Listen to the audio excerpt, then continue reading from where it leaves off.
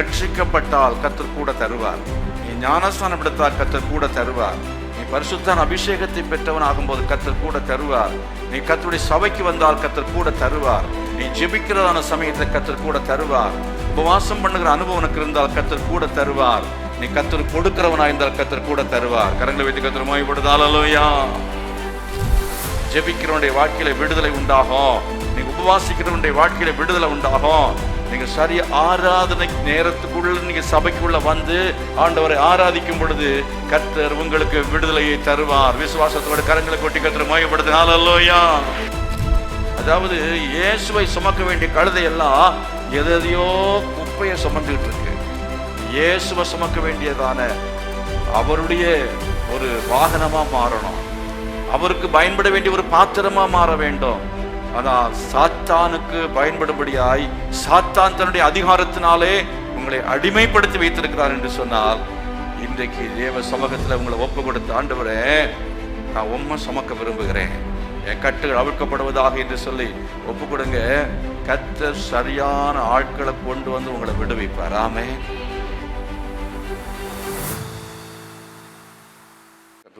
செய்தியை நாம் பெற்றுக்கொள்ளும்படியாக ஒரு நிமிஷம் எல்லாரும் கரங்களை வைத்து ஜெபம் பண்ணி கேட்போம். ஆண்டவரே, எங்களோடு கூட நீர் பேச வேண்டும்.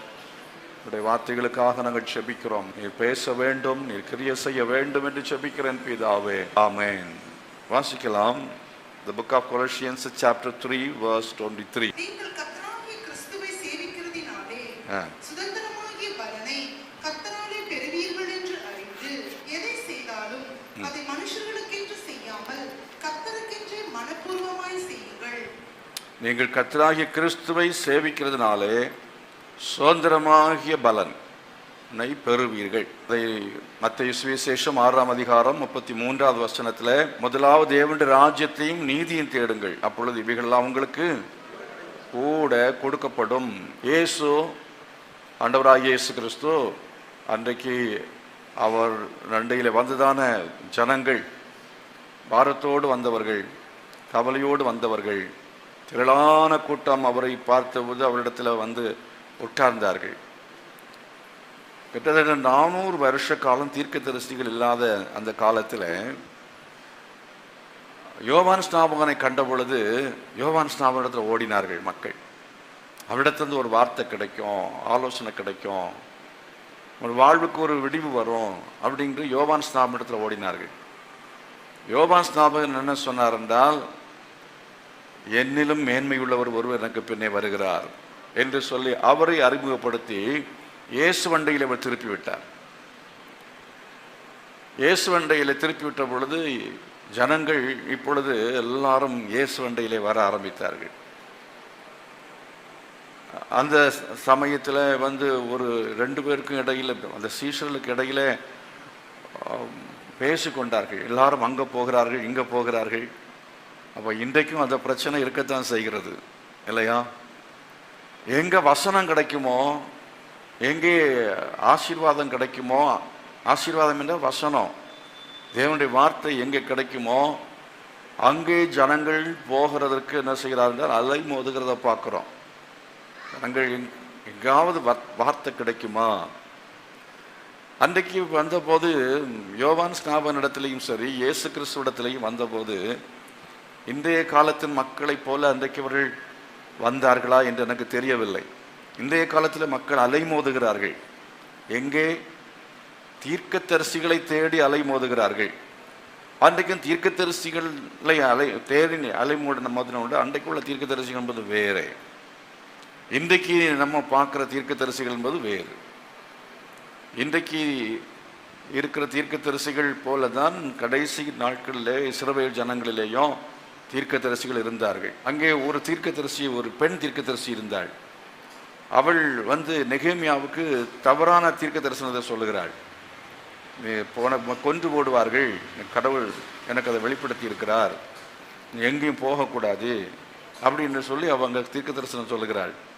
அதுக்கு பிறகு நெகேமியா தெரிந்து கொண்டான், இது தீர்க்க தரிசனம் அல்ல, இவள் பணம் பெற்றுக்கொண்டு பொய் தீர்க்க தரிசனம் சொன்னாள் என்று சொல்லி. ஆகவே பணத்திற்காக இன்றைக்கும் பொய்யான தீர்க்க தரிசனங்களை சொல்லுகிறவர்கள் ஏராளமான மக்கள் இருக்கத்தான் செய்கிறார்கள். அன்றைக்கு யோவான் ஸ்நாபகன் அப்படிப்பட்ட பணத்திற்கு பின்னாலே போகிற நபர் அல்ல. இயேசு கிறிஸ்துவும் தீர்க்கதரிசியானவரோ என்று அவர்கள் நினைத்தார்கள். யோவான் ஸ்நாபகன் சொன்னார், அவர் தீர்க்கதரிசியிலும் மேலானவர். இயேசு கிறிஸ்து தீர்க்கதரிசியிலும் மேலானவர். யோவான் ஸ்நாபகன் தீர்க்கதரிசிகளுடைய பழைய ஏற்பாட்டில் உள்ள தீர்க்கதரிசிகள் அவர்களைப் போல் அல்ல. இவனுடைய தீர்க்க தரிசனம் வித்தியாசமாக இருந்தது. எல்லா தீர்க்க தரிசிகளும் அப்படித்தான் இருந்தார்கள். மரத்தின் அருகே, அதாவது வேறருகே கோடி வைக்கப்பட்டிருக்கிறது, நீங்கள் மனம் திரும்புங்கள். பிரைஸ் தி லார்ட், அல்லேலூயா. மனம் திரும்புதலை போதித்தான். யார் போதித்தது? யோவான் ஸ்நாபகன் போதித்தான். அப்போ ஒரு தீர்க்க தரிசியானாலும் ஒரு பிரசங்கியாரானாலும் மனம் திரும்புதலை பிரசங்கம் பண்ணணும். ரத்தம் சிந்தாமல் பட்டயத்தை அடக்கிக் கொள்கிறவன் சபிக்கப்பட்டவன் சொல்லப்பட்டு பாருங்க. அது மாதிரி என்னன்னா, வசனத்தை கொண்டு என்ன செய்யணும்? வெட்டணும். வசனத்தை கொண்டு ஆப்ரேட் பண்ணணும், சர்ஜரி பண்ணணும். வந்திருக்கிற ஜனங்களை என்ன கீறி கிழிச்சு கொன்றக்கூடாது. அவங்கள பக்குவமாக என்ன செய்யணும்? அவங்க ஹார்ட்டை சரி பண்ணணும். அவங்களுடைய பாவங்களை என்ன செய்யணும்? ஆமாம், கண்டித்து உணர்த்தணும். அந்த மாதிரிப்பட்ட இடத்துக்கு நீங்கள் வர்றீங்க பாருங்க, நீங்கள் நிச்சயம் பரலோகத்துக்கு போவீங்க. கர்த்தருக்கு ஸ்தோத்திரம், அல்லேலூயா. அப்படிப்பட்டதான இடத்துக்கு போகிறதான ஆட்கள் மிக மிக குறைவு. அப்படி பேசுறதும் குறைவு. அவங்க தேவராஜ்யத்தை பிரசங்கம் பண்ணுறாங்களா, மனம் திரும்புதலை பிரசங்கம் பண்ணுறாங்களா என்கிறதை குறித்து நான் மிகவும் கவனம் செலுத்த வேண்டியதாக இருக்கிறது. அதனால முகவுரையாய் நான் சொல்லுகிறேன், முதலாவது தேவராஜ்யத்தையும் நீதியும் தேடுங்கள். இதெல்லாம் உங்களுக்கு என்ன செய்யப்படும்? கூட கொடுக்கப்படும். அப்போ பிரசங்கம் பண்ண இயேசு கிறிஸ்து மனம் திரும்புங்கள், பரலோக ராஜ்யம் சமீபித்திருக்கிறது என்று பிரசங்கம் பண்ண தொடங்கினார். அதே போல யோவான் ஸ்நாபகனோ மனம் திரும்புங்கள், ரெண்டு பேரும் ஒரே விஷயத்தான் பிரசங்கம் பண்ணாங்க. அப்போ அது என்ன விளங்குகிறது என்றால், இம்மைக்குரிய காரியங்களை குறித்து அதை பெற்றுக்கொள்வதற்காக அதை பற்றி பேசுவது என்பது அல்ல பிரசங்கம். எதை நம்ம பற்றி பேசணும்? தேவனுடைய ராஜ்யத்தை பற்றி பேச வேணும். கரங்களை வைத்து கர்த்தரை மகிமைப்படுத்துமா? அல்லேலூயா. அதை தெரிந்து கொண்டால் இது உங்களுக்கு தானாகவே புரியும். இந்த உலகத்தின் காரியங்கள் உங்களுக்கு தானாகவே என்ன செய்யும்? கிடைக்கும். உங்களுக்கு கிடைக்கிறதுக்கு அது ஒரு பெரிய பிரச்சனையே இல்லை. ஆனாலும் சில சமயத்தில் சில ஆலோசனைகள் தேவை. ஆகவே தேவனுடைய ராஜ்யத்தை குறித்து பேசணும். இந்த உலகத்தின் காரியங்கள் எல்லாம் உங்களுக்கு ஆண்டவர் உங்களுக்கு கூடவே கொடுப்பார். அதை பேசும்போது இதுவும் சேர்ந்து வரும். கர்த்தரை மகிமைப்படுத்தும். அல்லேலூயா. அப்போ இந்த வசனத்திலிருந்து நாம் சில காரியங்களை சீக்கிரமாக நம்ம தியானித்து முடிக்க போகிறோம். இந்த கொலோசியர் 3:23 சொல்லப்பட்டிருக்கிறது என்னவென்றால், சுதந்திரமாகிய பலனை கர்த்தராலே சுதந்திரமாகிய பலன். அப்போ அது என்ன சுதந்திரம் அப்படிங்கிறதை குறித்து நீங்கள் வேதத்தில் கவனிக்கும் போது கொலோசியர் 1ஆம் அதிகாரத்தில் 12ஆம் வசனத்தில் வாசித்து பாருங்கள். கொலோசியர் 1:12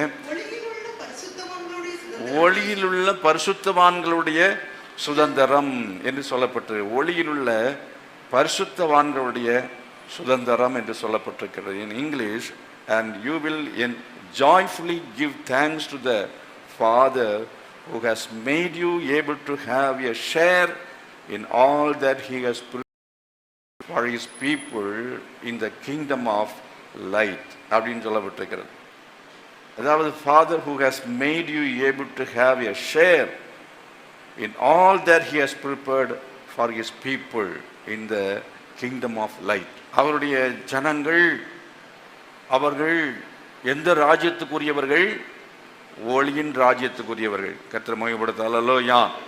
அப்போ ஒளியின் ராஜ்யத்துக்கு உட்பட்டவர்கள், ஒளியின் ராஜ்யத்துக்கு உரியவர்கள். உட்பட்டவர்கள்ங்கிற வார்த்தை இருக்கும், அப்படித்தான் இருக்கு.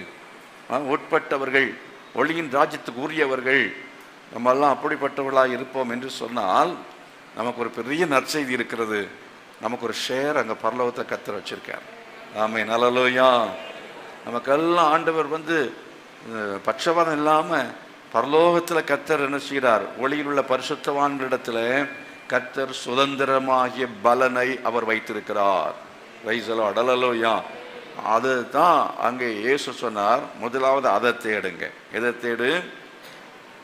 மேலானவைகளை அப்படின்னு கொலோசையரில் நீங்கள் வாசிக்கும் பொழுது அடுத்த அதிகாரங்களில் வாசிக்கும்போது 3ஆம் அதிகாரத்தில் சொல்லி இருக்கிறது. வாசித்து பாருங்க. 3ஆம் அதிகாரம் 1ஆவது வசனம். கிறிஸ்துவோட கூட எழுந்ததுண்டானால் கிறிஸ்து தேவனுடைய வலது பார்சத்தில் வீட்டிற்கும் அந்த இடத்தில் உள்ள எங்க வலது பார்சத்தில், அதாவது பிதாவின் வலது பார்சத்தில் இருக்கிற அந்த மேலானவைகளை என்ன செய்யுங்கள், தேடுங்கள் என்று சொல்லப்பட்டிருக்கிறது. ஆகவே கிறிஸ்துவோடு கூட நீங்கள் எழுந்ததுண்டானால் தேவராஜ்யத்தினுடைய பங்குகளை நாம் பெற்றுக்கொள்ள முடியும்.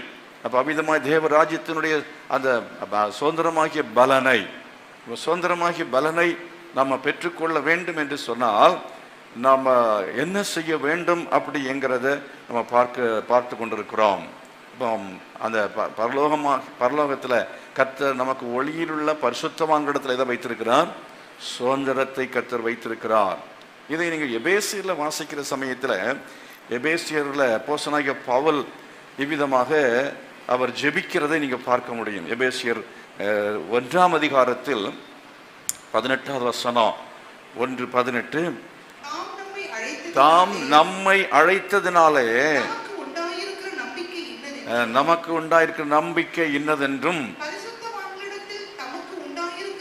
பரிசுத்தவான்களிடத்தில் தமக்கு உண்டாயிருக்கிற சுதந்திரத்தினுடைய மகிமை. ரெண்டுக்கும் வித்தியாசத்தை பாருங்க. அவருக்கு உண்டாயிருக்கிறது தான் அங்க சொல்லியிருக்கு. தமக்கு உண்டாயிருக்கிற நம்பிக்கை, நமக்கு உண்டாய நம்பிக்கை பரிசுத்தவான்கள் தமக்கு உண்டாயிருக்கிற சுதந்திரத்தினுடைய மகிமையின் ஐஸ்வர்யம். கரங்களை வைத்து கர்த்தரை மகிமைப்படுத்துவோமா? பார்க்கணும். அந்த சுதந்திரத்தினுடைய மகிமையை அறிந்து கொள்வதற்கு, அதை அறிந்து கொண்டோன்னா நம்ம மேலானவைகளை தேடுவோம். இப்போ மேலானவைகள் என்ன செய்யணும்? தேடணும். பூமிக்குரியவைகளை அல்ல, இந்த உலகத்துக்குரியதான காரியங்களை, எந்த உண்போம், எதை உடுப்போம், எதை குடிப்போம் என்று இந்த உலகத்துக்குரியவளை குறித்து என்ன செய்யாதிருங்கள், கவலைப்படாதிருங்கள். இவைகளெல்லாம் உங்களுக்கு வேண்டியவைகள் என்று பிதாவானவர் என்ன செய்திருக்கிறார்? அறிந்திருக்கிறார். He knows it very well what you need. உங்களுடைய தேவைகள் இன்னதென்று கர்த்தருக்கு நன்றாகவே அவருக்கு தெரியும். ஐஸ்வர்யத்தை பற்றி பிரசங்கம் பண்ணுகிறார்கள். இதெல்லாம் கீழானவைகள். ஆண்டவர் சொல், இதெல்லாம் நான் உங்களுக்கு கூட என்ன செய்வேன், கொடுப்பேன். உங்களுக்கு வேண்டுமென்று பிதாவானவர் அறிந்திருக்கிறார். ஆண்டுடைய ஊழியத்துக்கு தேவன் என்னை அழைத்த போது ஆண்ட ஊழியத்துக்கு வரமாட்டேன்னு சொன்னேன். கடைசியில் அவர் என்னோட மல்லு கட்டி கடைசி என்ன செஞ்சிட்டாரு, ஊழியத்துக்கு கொண்டு வந்துட்டார். ஊழியத்திலையும் கர்த்தர் அறிந்து அப்படி எவ்வளவோ செஞ்சிருக்கார், அறிந்து செய்திருக்கிறார். நாளைக்கு ஒரு தேவை வருது என்றால் முன்பதாகவே கர்த்தர் என்னுடைய கையில் கொடுத்து விடுவார். ஒருவனுக்கு ஊழியம் செய்வானால் பிதாவானவர் அப்படி என்ன செய்வார், கனம் பண்ணுவார். ஆகவே ஆண்டவர் இதுவரை ஊழியத்தில் என்ன அற்புதமாய், எனக்கு சட்டைக்கும் குறைவு வரல, உடுப்பு உடைக்கு குறை வரல, எந்த உடைக்கும் குறை வரல, சாப்பாட்டுக்கு குறைகள் வர நாட்களில் வந்திருக்கிறது.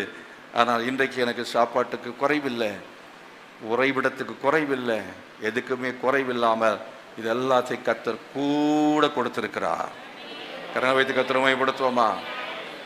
ரட்சிக்கப்பட்டால் கர்த்தர் கூட தருவார். நீ ஞானஸ்நானம் எடுத்தால் கர்த்தர் கூட தருவார். நீ பரிசுத்த அபிஷேகத்தை பெற்றவன் ஆகும்போது கர்த்தர் கூட தருவார். நீ கர்த்தருடைய சபைக்கு வந்தால் கர்த்தர் கூட தருவார். நீ ஜெபிக்கிறதான சமயத்தில் கர்த்தர் கூட தருவார். உபவாசம் பண்ணுகிற அனுபவம் உனக்கு இருந்தால் கர்த்தர் கூட தருவார். நீ கர்த்தர் கொடுக்கிறவனா இருந்தால் கர்த்தர் கூட தருவார். கரங்களை வைத்து கர்த்தர் மகிமைப்படுத்தால் அல்லேலூயா.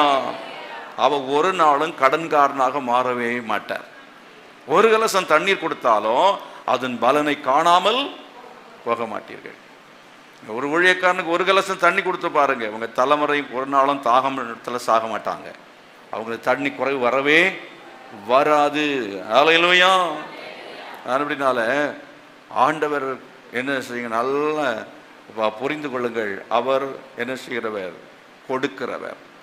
அவர் இந்த காரியங்கள் உலகத்தினுடைய தேவைகள் எல்லாவற்றையும் அவர் சம்பூர்ணமாய் கொடுக்கிறவர். அவர் குறைவில்லாமல் கொடுக்கிறவராக இருக்கிறார். அவர் நிறைவாய் கொடுக்கிறவராக இருக்கிறார்.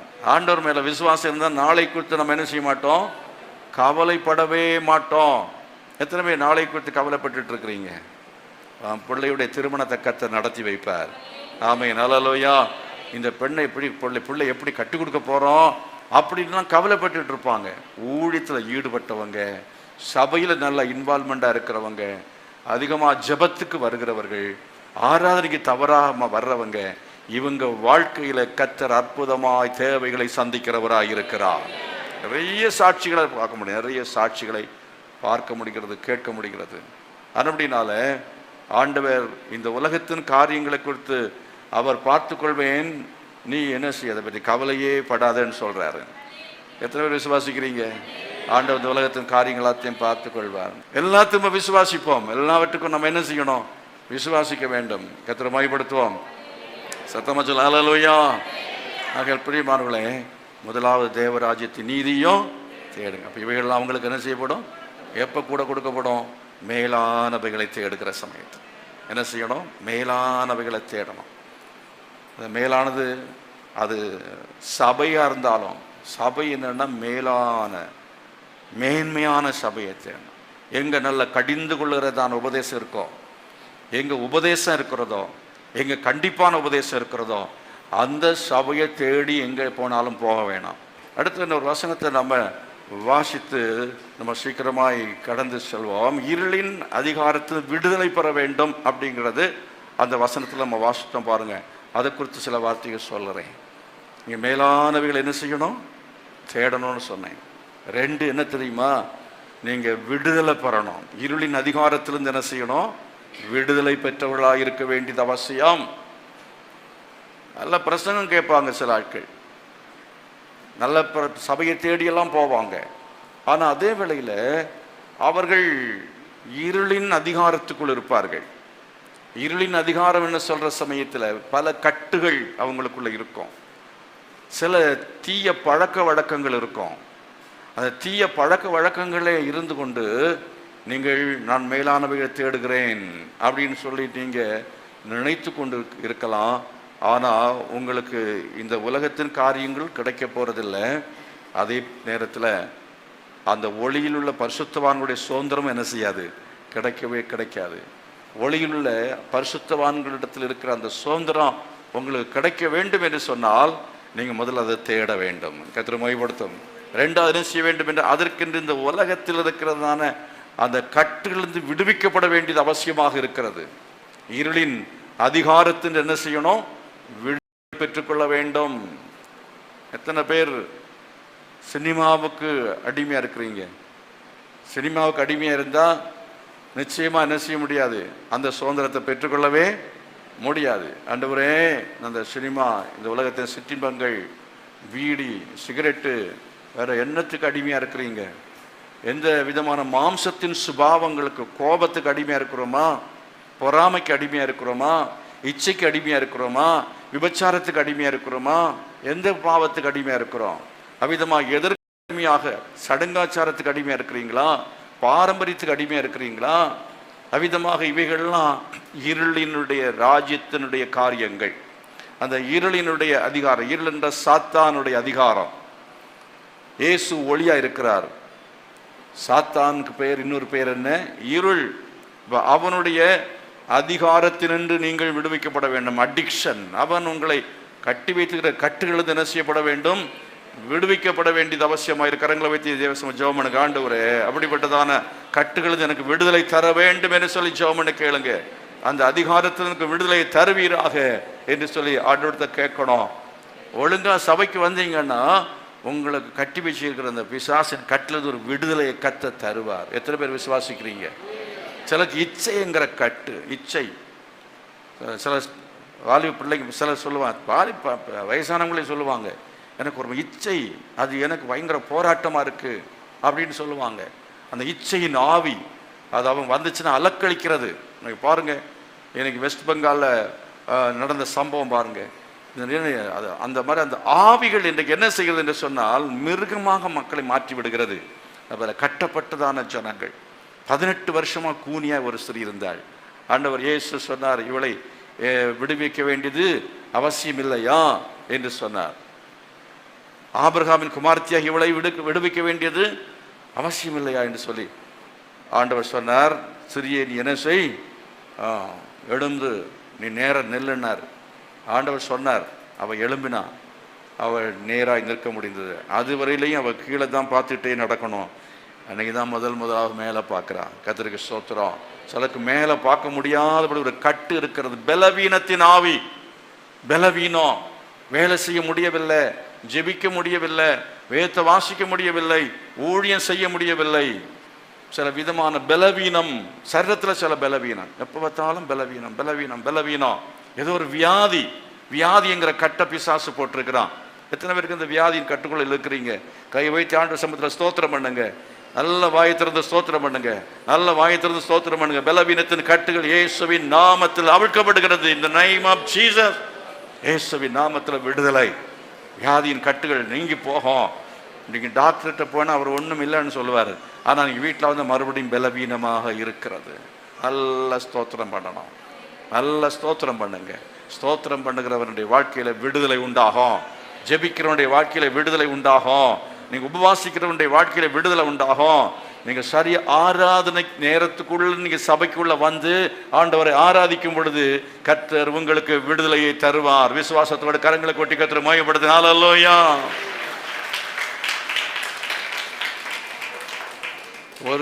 அதாவது இயேசு கிறிஸ்து சொன்னாரு, நீங்க போங்க, அந்த இருவழி சந்தியிலே ஒரு கழுதை என்ன செய்யப்பட்டிருக்கோம்? கட்டப்பட்டிருக்கோம். அது இயேசுக்கு வேண்டும்னு சொல்லுங்க. அந்த கழுத்தையை நீங்க அவிழ்க்க போகும்போது, ஏன் அவிழ்க்குன்னு கேட்பாங்க. இயேசுவுக்கு வேண்டும்னு சொல்லுங்க, அவிழ்த்து கொண்டு வாருங்கள் என்று இயேசு சொன்ன மாதிரி இன்னைக்கு நிறைய கழுதை இருவழி சந்தியிலே கட்டப்பட்டிருக்கிறது. ஒரு டிசிஷன் அதை எடுக்க முடியல. இந்த பக்கம் போடுறதா இந்த பக்கம் போடுறதா அப்படின்னு தெரியாம ரட்சிப்பின் பாதையும் தெரிந்து கொள்ளவில்லை. அப்படி ரட்சிப்பின் பாதை தெரிந்து கொள்ளாதபடிக்கு, சரியான பாதையை தெரிந்து கொள்ளாதபடிக்கு தடுமாற்றத்துக்குள் இருக்கிற அநேக ஜனங்கள் இருக்கிறார்கள். அவங்க அந்த கட்டுகளை நம்ம விடுவிக்க வேண்டியது அவசியமாக இருக்கிறது. Praise the lord. ஹல்லேலூயா. பாரம், பாரம், அந்த அடிமை. அதாவது இயேசுவை சுமக்க வேண்டிய கழுதையெல்லாம் எதையோ குப்பையை சுமந்துகிட்டு இருக்கு. இயேசுவை சுமக்க வேண்டியதான அவருடைய ஒரு வாகனமா மாறணும். அவருக்கு பயன்பட வேண்டிய ஒரு பாத்திரமா மாற வேண்டும். ஆனால் சாத்தானுக்கு பயன்படும்படியாய் சாத்தான் தன்னுடைய அதிகாரத்தினாலே உங்களை அடிமைப்படுத்தி வைத்திருக்கிறார் என்று சொன்னால், இன்றைக்கு தேவ சமூகத்தில் உங்களை ஒப்பு கொடுத்து, ஆண்டவரே நான் உம்மை சுமக்க விரும்புகிறேன், என் கட்டுகள் அவிழ்க்கப்படுவதாக என்று சொல்லி ஒப்பு கொடுங்க. கர்த்தர் சரியான ஆட்களை கொண்டு வந்து உங்களை விடுவிப்பார். ஆமென். என் ஆண்டவர் ஒரு ஊழியக்காரனை அனுப்பி சுவிசேஷத்தை சொன்னதுனால அந்த இருளின் அதிகாரத்தை கர்த்தரை விடுவித்தார். இல்லைன்னா நான் இதுக்குள்ளால செத்து நான் நரகத்துக்கு போயிருப்பேன். இருளின் அதிகாரத்துக்குள்ளாலே பிசாசு உங்களை கட்டி வைத்திருப்ப எதற்காக என்றால் நித்தியமான நரகத்துக்கு கொண்டு போகும்படியாக. அதனால் சீக்கிரமா விடுதலையை பெற்றுக்கொள்ளுங்கள். எந்த பாவத்தில் கட்டப்பட்டிருக்கிறீங்க அந்த பாவத்தில் அவனுக்கு அவிழ்க்கப்பட வேண்டும். நீங்க விசுவாசிக்கிறீங்களா? உங்க பாவங்கள் எல்லாம் விடுதலை உண்டாகும். எத்தனை விசுவாசிக்கிறீங்க?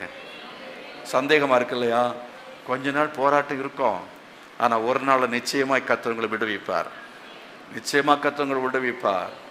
விசுவாசத்தோடு கர்த்தரை மகிமைப்படுத்துங்க. என்னை கர்த்தர் விடுதலை ஆக்குவார், கோபத்திலிருந்து விடுதலை ஆக்குவார். ஆண்டவர் நிச்சயமாய் உங்களை விடுவிப்ப வல்லமுள்ள தேவன். சாப கட்டுகளிலிருந்து விடுதலை உண்டாகும். அதெல்லாம் சாப கட்டுகள் இருக்கிறது. இந்த சாப கட்டுகளிலிருந்து கர்த்தர் செய்வார். உங்களை விடுதலை ஆக்குகிற தேவனாக இருக்கிறார்.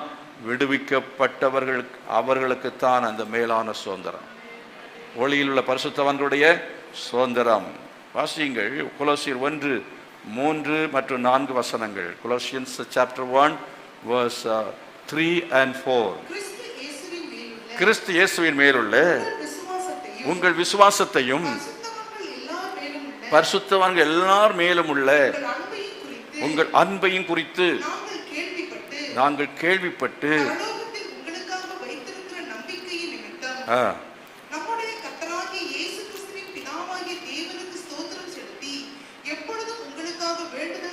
the faith and love that spring from the hope stored up for you in heaven, and about which you have already heard in the true message of the gospel that has come to you. அப்படின்னு ஆங்கிலத்தில் சொல்லப்பட்டிருக்கிறது. ஆண்டவர் உங்களுக்கு அங்கே என்ன செய்கிறாருன்னா store பண்ணி வச்சிருக்கிறாரு. கர்த்தரை மகிமைப்படுத்தும். ஹல்லேலூயா. அவர் வைத்திருக்கிறது என்ன? அந்த வசனத்தை நல்லா நீங்கள் உற்று பாருங்க. எந்த வசனம்? 3ஆம் வசனமும் 4ஆம் வசனமோ, அதாவது பரலோகத்தில் உங்களுக்காக வைத்திருக்கிற நம்பிக்கை நிமித்தம்.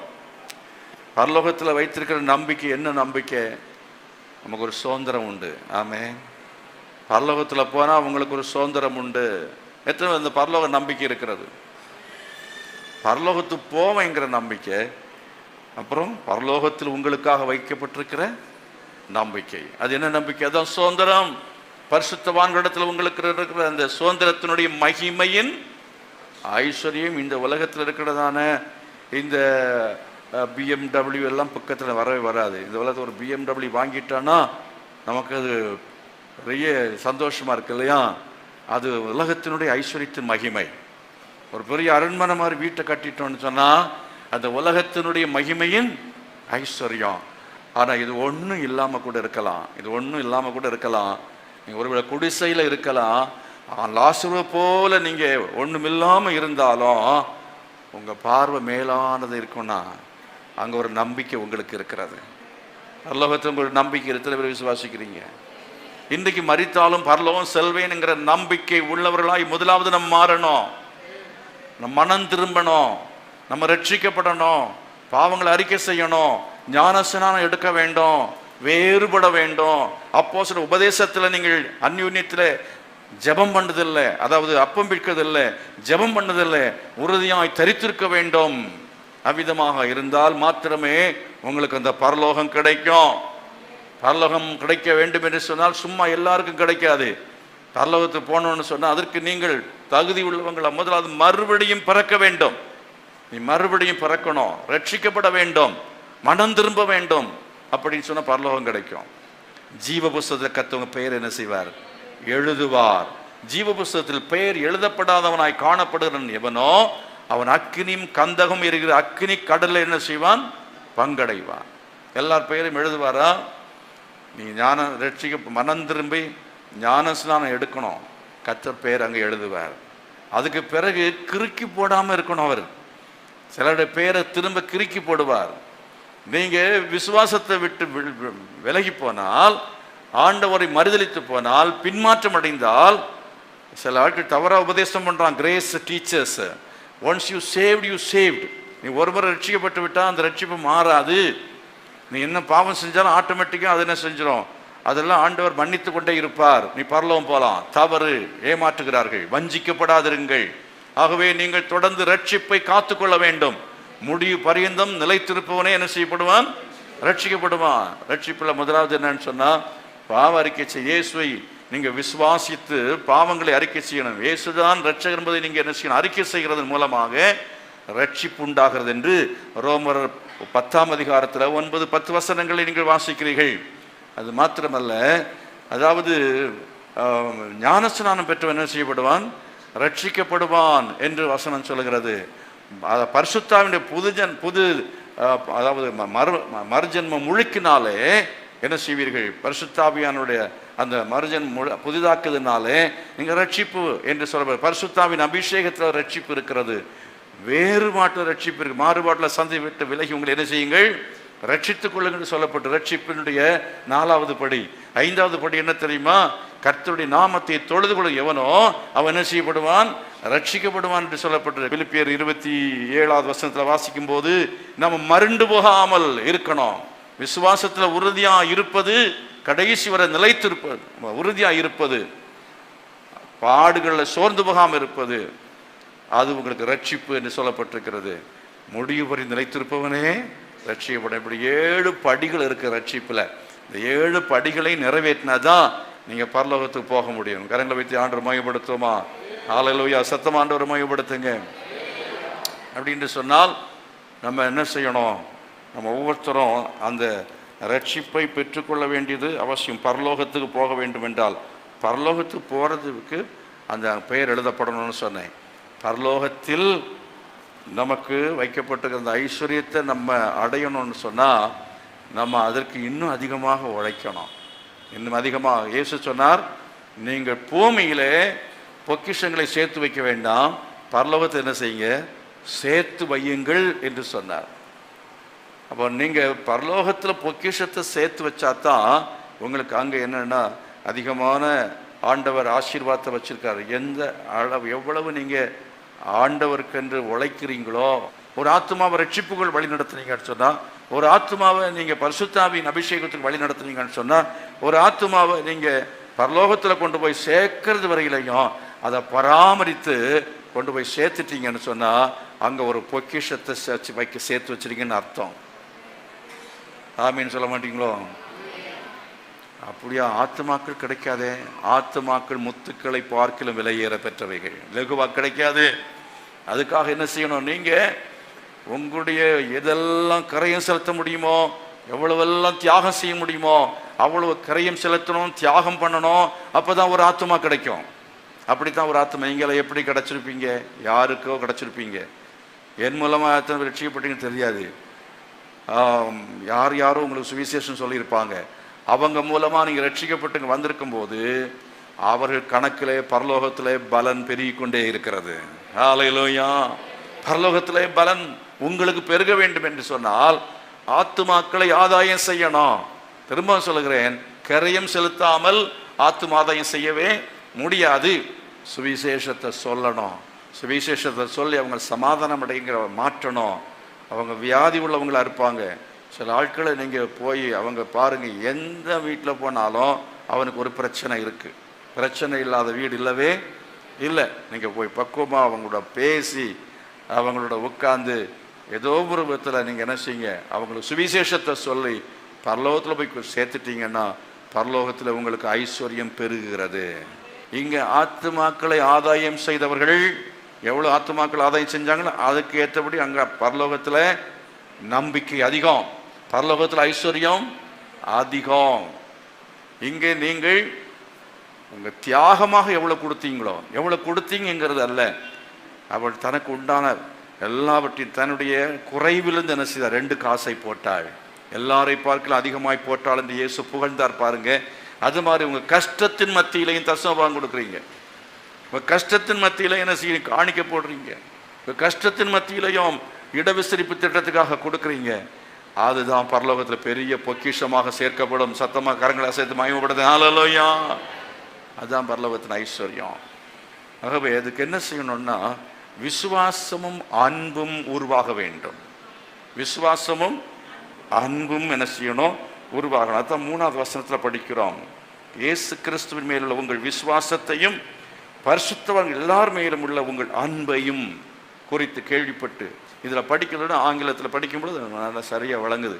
அப்போ விசுவாசம் பெருகணும், அன்பு என்ன செய்யணும்? பெருகணும், அதில் வளரணும். அப்போ தான் அங்கே என்ன செய்யணும்? பரலோகத்தில் உள்ள அந்த சுதந்திரம் உங்களுக்கு என்ன செய்யும்? கிடைக்கும். கத்த தருவார். எத்தனை பேர் நீங்கள் விசுவாசத்தில் நீங்கள் பெருக விரும்புகிறீங்க, வளர விரும்புகிறீங்க? ஆண்டவரே நான் விசுவாசத்தில் பெருகணும், வளரணும் எத்தனை பேர் சொல்ல விரும்புகிறீங்க? இதில் படிக்கிற சமயத்தில் கொலோசியர் 1ஆம் அதிகாரம் 7வது வசனத்தில் படிக்கும் பொழுது அங்கே சொல்லியிருக்கிறது, அதாவது நம்ம என்ன செய்யணுமா? அது கற்றுக்கொள்ள வேண்டும்.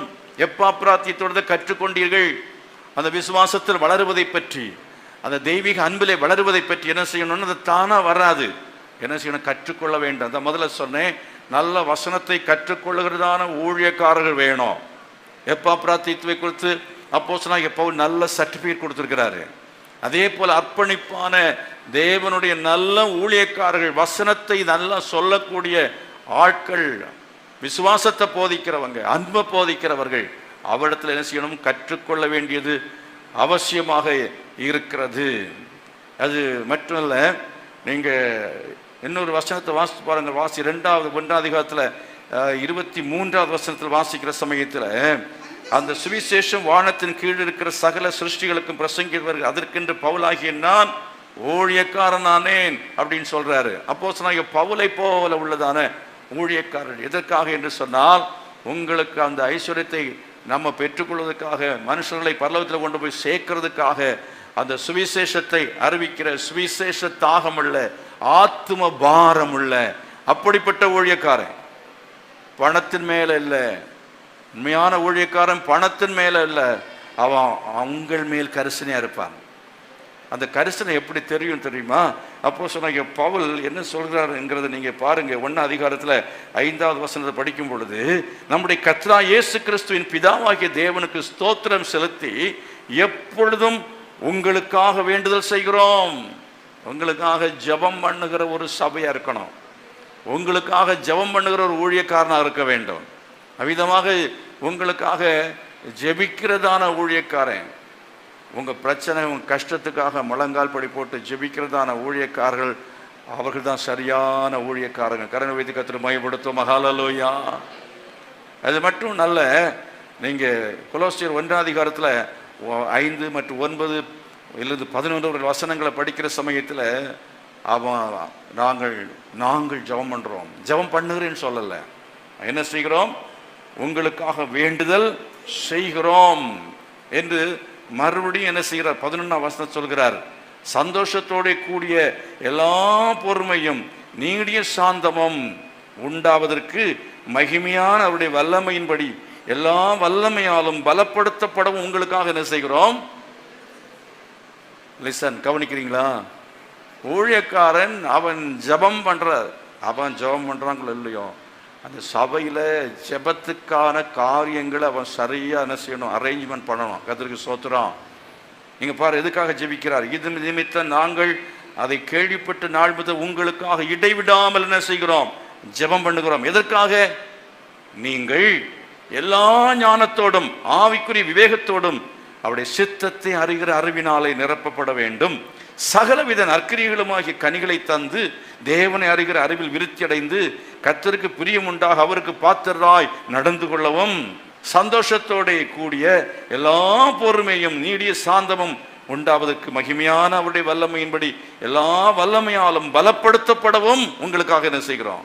5 விஷயங்கள் சொல்லி ஜெபம் பண்றாரு. 5 things. கொலோசையில ஜெபம் பண்றாரு, எபேசியில ஜெபம் பண்றாரு. உபவாச கூட்டத்துக்கு நம்ம ஜெபம் பண்ணுவோம். நம்ம சக்கைக்கும் மாங்காய்க்கும் ஜெபம் பண்ணிட்டு உட்கார்ந்துருக்கிறோம். கர்த்தருக்கு ஸ்தோத்திரம். உப்புக்கு மிளகாய்க்கும் ஜெபம் பண்ணிட்டு உட்கார்ந்துருக்கிறோம். ஒன்றுமில்லாத காரியங்களுக்காக ஜெபம் பண்ணிட்டு இருக்கிறோம். ஆண்டவன் அதை கொடுங்க, இது கொடுங்க. ஜெபம் பண்ணணும், வேண்டான்னு சொல்லலை. சுகத்துக்காக ஜெபிக்கணும், வீட்டுக்காக ஜெபம் பண்ணணும், மாப்பிள்ளை கிடைக்கணும், பொண்ணு கிடைக்கணும், பொருள் கிடைக்கணும், ஜெபம் பண்ணணும். ஆனால் முதலாவது தேவ ராஜ்யத்தின் நீதியின் தேடுங்கள். எதுக்கு ஜெபம் பண்ணணும்? ஆவிக்குரிய குணாதிசயங்கள். ஆகவே நீ ஞானத்தை கேட்டாய், ஐஸ்வரியத்தை கேட்கல. ஆக நீ கேட்காத ஐஸ்வரியத்தை நான் தர்றேன்னு சொல்லி ஆண்டவர் சாலமனுக்கு கொடுத்தார். பாருங்க, நம்ம என்ன கேட்குறோம்? நம்ம ஞானத்தை கேட்க பதிலாக என்ன செய்கிறோம்? ஐஸ்வரியத்தை கேட்குறோம். ஐஸ்வரியத்தை கூட தருவார். நீ ஞானத்தையும் தெளிவையும் அளிக்கிற ஆவி எனக்கு வேணும்னு சொல்லி தினந்தோறும் ஜெபிக்கணும். தினந்தோறும். அப்போ ஆஃபீஸில் சக்ஸஸ்ஃபுல்லாக நீ வேலை செய்ய முடியும். சபையில் ஒரு பொறுப்பு கொடுத்தாலும் சக்ஸஸ்ஃபுல்லாக நீ செய்ய முடியும். எல்லாம் தெளிச்சலோட காரியங்களை செய்ய முடியும். குழப்பம் உனக்கு இருக்கவே இருக்காது. ஞானம் அது நமக்கு கட்டாயம் தேவை. கரங்களா சேர்த்து கர்த்தரை மகிமைப்படுத்தால் அல்லையா? அது மட்டும் அல்ல, கொலோசியர் 1 22 வசனத்தை வாசிக்கிற சமயத்தில் நீங்கள் கேட்ட சுவிசேஷத்தினாலே உண்டாகும் நம்பிக்கையை விட்டு அசையாமல் ஒரு ஸ்திரமாயும் உறுதியாயும் விசுவாசத்தில் நிலைத்திருப்பீர்களானால் அப்படி ஆகும். என்ன செய்யணும்? நம்ம அசையாமல் ஸ்திரமாய் உறுதியாய் என்ன செய்யணும்? விசுவாசத்திலே நம்ம நிலைத்திருக்க வேண்டும். பாடுகள் வரும், உபத்திரம் வரும், வியாதி வரும், கஷ்டம் வரும், நஷ்டம் வரும், பிரச்சனைகள் வரும். அசையாமல் உறுதியாய் நிலைத்திருக்க வேண்டும். நமக்கு என்ன வாழ்க்கையில் நடந்தாலும் சரி, ஆண்டவரே விசுவாசத்தை விட்டு விலக மாட்டேன், ஆலயத்துக்கு நான் வருவேன். எந்த சடங்காச்சாரம் கலாச்சாரம் இவைகள் எல்லாத்தையும் கிறிஸ்துவுக்கு விரோதமானவைகள், வேதத்துக்கு விரோதமான அவைகளுக்கு நான் உட்பட மாட்டேன் என்று சொல்லி வைராக்கியமாக இருக்க வேண்டும். அவைகள் எல்லாவற்றுக்கு நீங்கள் மரித்து கிறிஸ்துவோடு கூட எழுதுதுண்டானால் அப்படின்னு 3வது அதிகாரத்தில் வாசிக்க எழுதுகிறார். 3வது அதிகாரத்தில் எழுதுகிறதுக்கு முன்பதாகத்தான் இங்க சொல்கிறார். எதுக்கு மரிக்கணும்? பாவத்துக்கு மரிக்கணும், சடங்காச்சாரங்களுக்கு மரிக்கணும், அதே போல என்னதுக்கு மரிக்கணும்? பாரம்பரியம், சடங்காச்சாரம், தீய கலாச்சாரங்கள் இவைகளுக்கு மரிக்க வேண்டும். முதல்ல என்னது? மேலானவைகளை தேடுங்கள். 2வது இருளின் அதிகாரத்தை செய்யுங்க, விடுதலை பெறுங்க. 3வது விசுவாசம் அன்பும், அதில் நீங்கள் என்ன செய்யணும்? அது உருவாகணும், அதில் நீங்கள் டெவலப் ஆகணும். கரைகளை வைத்து கர்த்தரை மகிமைப்படுத்த எதில்? விசுவாசத்திலையும் அன்பிலையும் நீங்கள் டெவலப் ஆக வேண்டியது அவசியம். அதே போல் கொலோசியர் 3:5-9 படிக்கும் பொழுது பழைய மனுஷனையும் அவன் செய்கைகளை என்ன செய்யுங்க? களைந்து போடுங்கள். பழைய மனுஷனையும் அவனுடைய செய்கைகளையும் களைந்து போடுங்கள். 5வது கொலோசியர் 3 அதிகாரத்தில் 10, 12, 15 வரை இந்த வசனங்களை வாசிக்கும் பொழுது புதிய மனுஷனை என்ன செய்யுங்கள்? குறித்து கொண்டு அந்த பகுதியை வாசித்தா தான் உங்களுக்கு விளங்கும். பழைய மனுஷனுடைய செய்கைகள் என்ன, புதிய மனுஷனுடைய சுபாவங்கள். கொலோசியர் 3ஆம் அதிகாரத்தில் 16 மற்றும் 17 வசனங்களை நீங்கள் படிக்கிற சமயத்தில் பக்தி விருத்திக்கு எதுவாக நீங்கள் சபையில செயல்படுங்கள். ஆமென், அல்லேலூயா. சபையின் பக்தி விருத்திக்காக என்ன செய்யணும்? நீங்கள் செயல்பட வேண்டும். அடுத்தது கடைசியாக கொலோசியர் 3ஆம் அதிகாரம் 18 22 வரையிலையும் உள்ள வசனங்களை படிக்கும் பொழுது கணவன் மனைவி உறவுகள், வேலைக்காரருடைய உறவுகள், இப்படிப்பட்ட எல்லா உறவுகளை நீங்கள் என்ன செய்யணும்?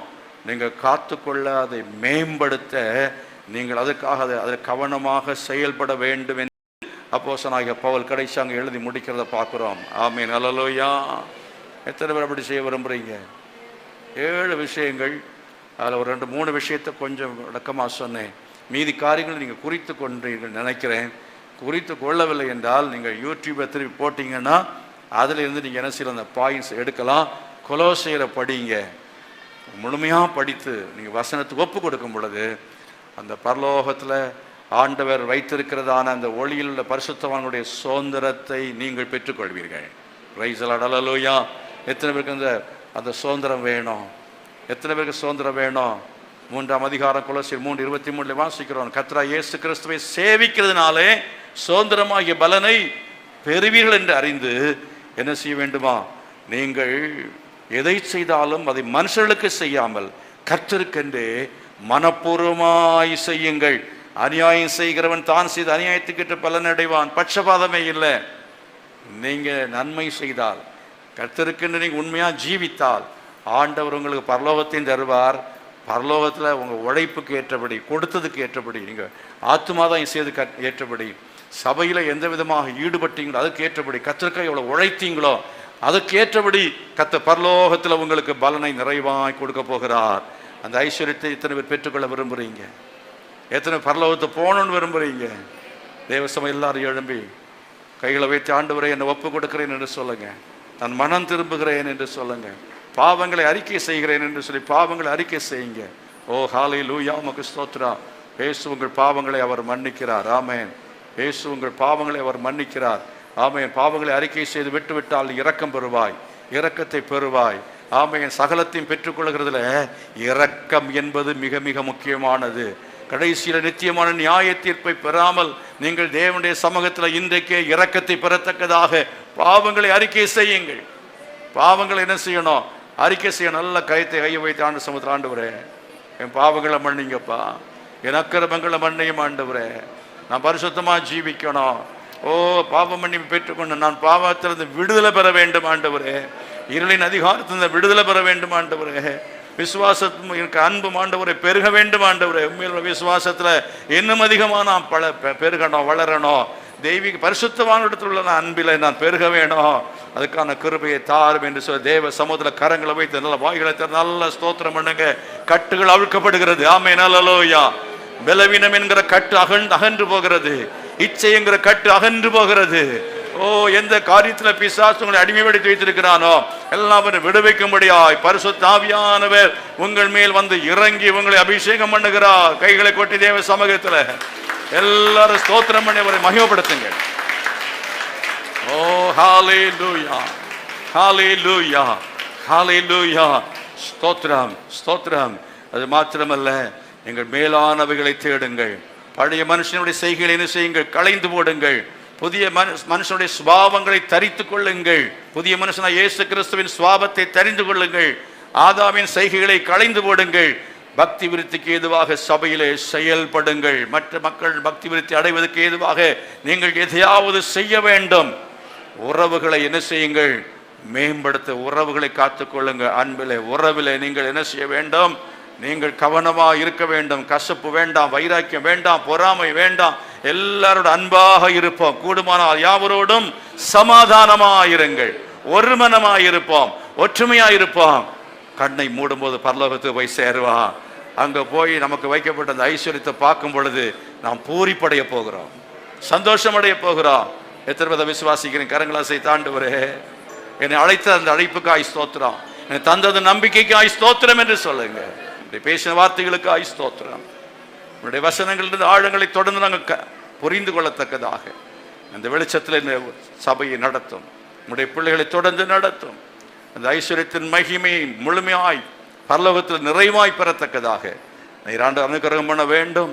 ஒவ்வொருவரும் பரலோகத்தில் தரித்திரராக இருக்கக்கூடாது, பரலோகத்தில் ஐஸ்வர்யவான்களாக இருக்கத்தக்கதாக நீ கிருபை செய்ய வேண்டும்.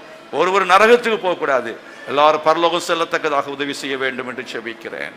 ஜெபிக்கிற நம்முடைய பிள்ளைகளை நீர் ஆசீர்வதிக்க வேண்டும். இயேசுவின் நாமத்தில் பிதாவே, ஆமேன், ஆமேன்.